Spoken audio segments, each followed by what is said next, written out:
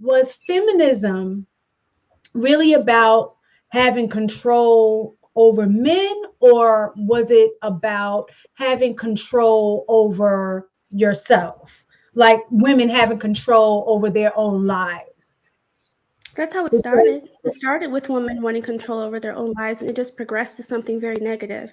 So the research I've done briefly, because again, I don't know too much, but the first wave was just about being able to do the same things and have the opportunities. Now it's about almost forcing women to do things they never to do in mass, which is what I do. I'm a stay-at-home wife. So always wanted to be that, but I was always pushed to school. Like as soon as I turned 18, my mom said, "You're going to school or you're going to the army. Which one you want?" So I'm like, "Okay, I'll go to school, I guess."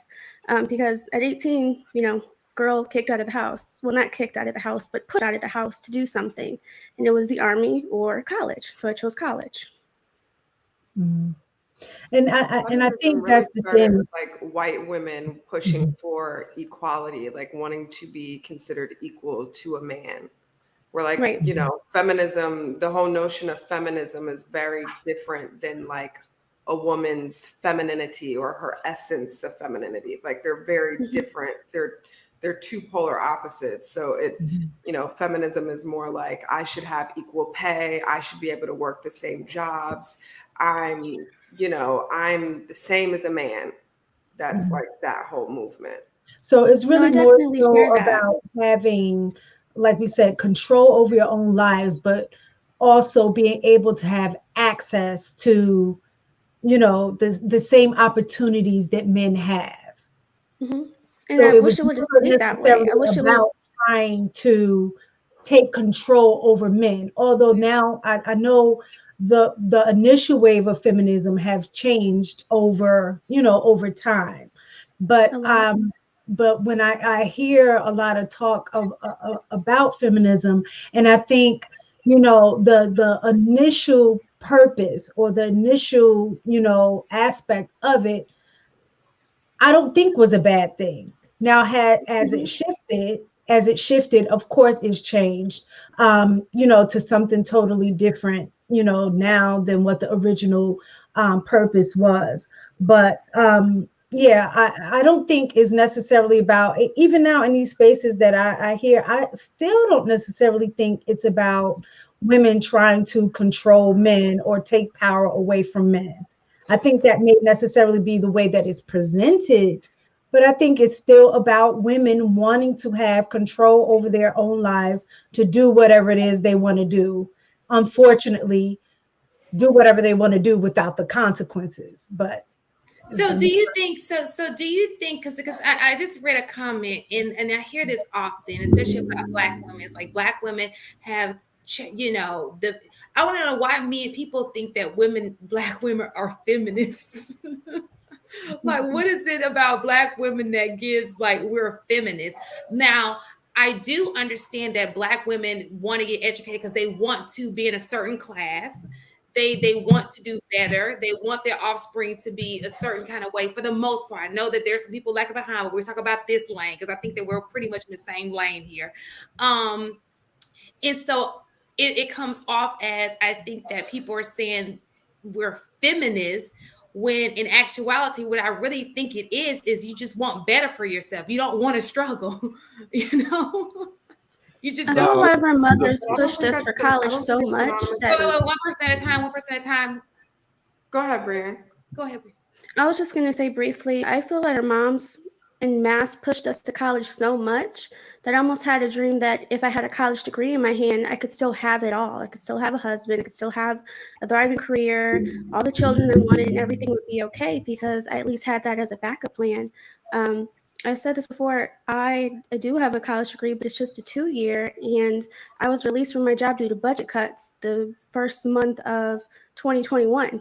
So that college degree didn't help. And again, a lot of the jobs I was able to apply to, they were filled up by the time I had applied because everyone had a good, what was it, a year and a half during the national sickness to apply for those online jobs, and I had missed the boat. So I just from January to this January, I've been a stay-at-home wife the whole time. So a college degree doesn't save you. For the most part, like you want to have a good support system and a family.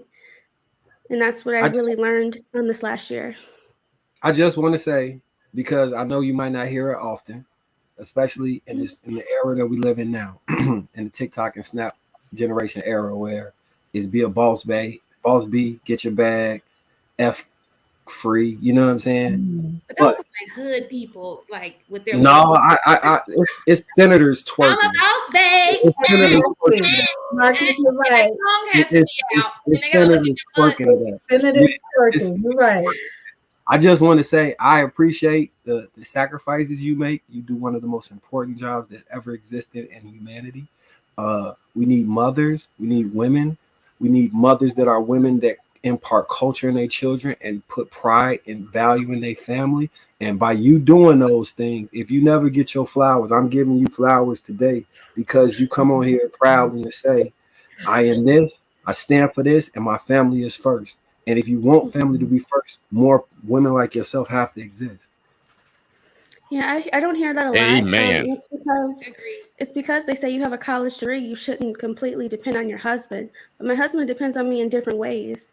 Obviously, I'm 9 months pregnant, so working in that capacity isn't possible. But to be able to do my duty is what helps our family to thrive. So I also wanted to say the reason why a lot of men in general think Black women are really feminist is because they don't say the family first. The family almost seems like an afterthought, and that's not, the basis of what they would want. They want to know that you value family first. If you have a career, hobbies, or a side business, it would still come secondary to the family. But Brienne, I don't need no woman though. I don't need no woman.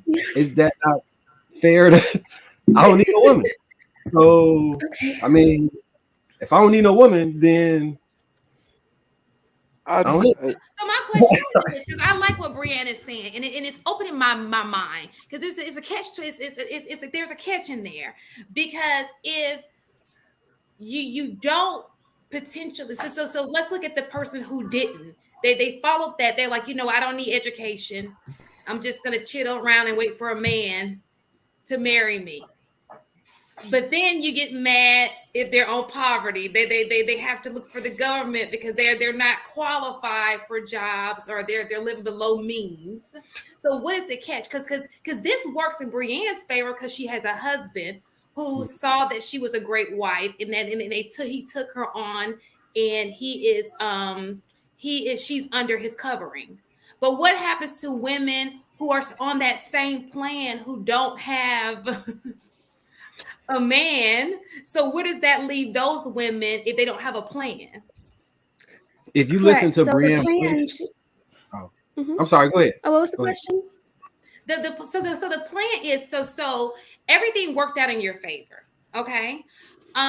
So what happens to women who, let's just say they did not go get a college education, and there's a man, then there's no man to marry. Like they may get dates, but nobody's marrying them. So then it seems like it works when there's a guy involved and he comes and he marries you. But we also see the flip side where a person, they don't have a plan, and they're just out and then we're all taking care of them through tax dollars. I've never seen a person prioritize a marriage and a family, not have a marriage or a family. Well, 52. No, that's not true. I think that there are people. You have to have a person to want to marry you. There are people who people don't deem to be marriageable, whether they don't look good, they maybe not be attractive. There are certain things. They might not be attracted to the man they want, but in general, I'm just saying. We just was talking about tribe, Shan. But even okay, let's take that woman. Okay, she's not attractive. Okay. She's not well versed. Okay. She's not, she's not educated. Okay. What are really her options? As far as me being honest, not attractive man. She has a lot of options. There's a lot of men that she has access to that she may not necessarily, want for, but that's who is within, her tribe. Her lane. Who she has, it's who she has access to. Everyone has access to someone. But everybody does have access to someone. But people are just not asking people to marry. We do even hear it on here. It doesn't benefit a man to get married. It's people on here every day talking against marriage. Every single day. I think people are getting married. I see people. I see it too. We're just talking about the YouTube. We're not talking about our real lives. In, We're talking about the YouTube stream. In real life, 75% of my friends married. And in my circle, mostly everybody's married too.